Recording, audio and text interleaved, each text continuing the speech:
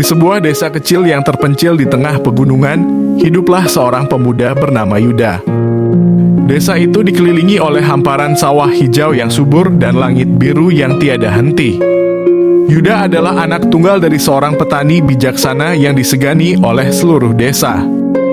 Ayahnya adalah sosok yang penuh kasih dan bijak dalam mengelola ladang mereka.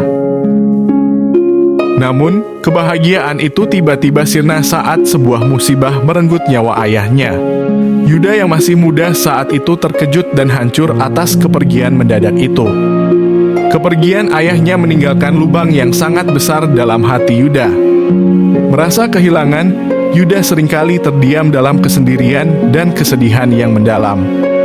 Setiap malam, Yuda duduk di bawah langit yang berbintang. Dia merenung tentang masa depannya yang kini terasa suram tanpa kehadiran sang ayah. Namun, dalam momen-momen kegelisahannya, Yuda menemukan buku catatan lama milik ayahnya yang tersimpan rapi di sudut ruang kerjanya. Buku itu penuh dengan tulisan tangan ayahnya, berisi kutipan-kutipan bijak tentang kehidupan, pertaniannya, dan pelajaran hidup yang berharga. Dengan tekad yang tumbuh dari kehilangan yang mendalam itu, Yuda mulai meresapi setiap halaman dari buku itu.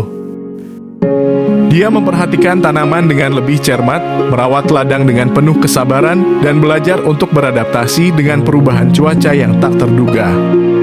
Setiap langkah yang diambilnya adalah langkah yang diberi inspirasi oleh ayahnya. Waktu pun berlalu, dan Yuda mulai menunjukkan perubahan yang luar biasa dalam ladang-ladangnya. Dia tidak hanya menjadi petani yang mahir tetapi juga menjadi panutan di desanya.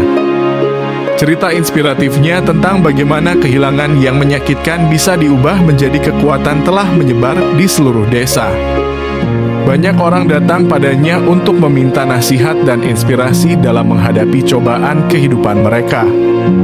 Yuda membuktikan bahwa walaupun kehilangan ayahnya meninggalkan luka yang mendalam, namun kebijaksanaan dan ajaran yang ditinggalkannya menjadi cahaya yang menerangi jalan Yuda dan orang-orang di sekitarnya. Kini, di setiap senja, Yuda duduk di bawah pohon tua tempat ia sering berbagi cerita dengan ayahnya.